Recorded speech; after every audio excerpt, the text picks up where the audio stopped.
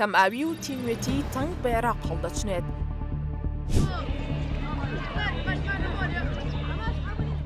بێئاوی زۆرینەی پارێزگاکان دەگرێتەوە.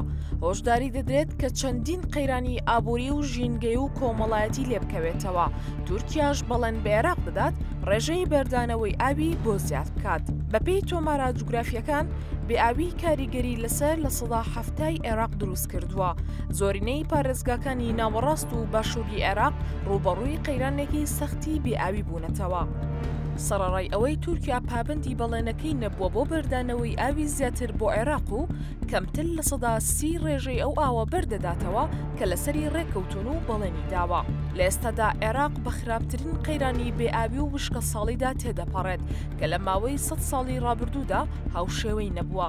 کۆگاکردنی ئاو لە بەنداوەکانی هێڵی سووری تێپەڕاندووە بە تایبەتی لە پارێزگاکانی باشوور و فوراتی ناوەڕاست. داوا دەکرێت گروپی قەیرانەکانی پەیوەست بە کەم ئاوی پێک بێنرێت لەلایەن سەرۆک وەزیرانی عێراق و بە ئەندامەتی وەزیری پەیوەندیەکان بۆ گرتنەبەری ڕێکاری بەپەلا بۆ کەمکردنەوەی کاریگەریەکانی وشکە ساڵی لەگەڵ پێکهێنانی تیمی پسپۆر بۆ دابینکردنی ئاوی خواردنەوە و ڕزگارکردنی کوشت و کاڵ و داچنراوەکان.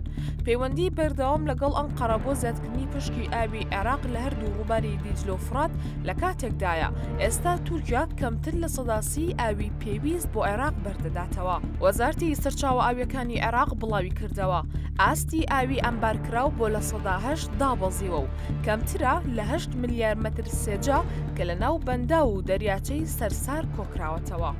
أجود الأراضي زراعية لأن بابل تمتاز بصفتها المهمة. عون زیاب عەبدوڵڵا وەزیری سەرچاوە ئاویەکانی عێراق ڕایگەیاند لایەنی تورکیا بەڵێنی داوە کە ئاوی زیاتر لە ڕووبارەکانی دیجلە و فرات بۆ عێراق بەربداتەوە.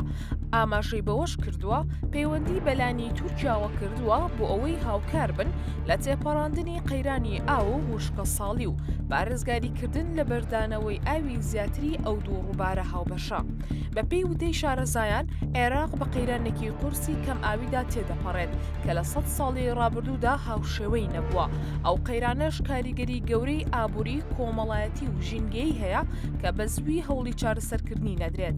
وەزارەتی سەرچاوە ئاویەکانی عێراق بڵاوی کردەوە ساڵی 2025 وشکترین ساڵ بووە لە دوای ساڵی 1933ەوە.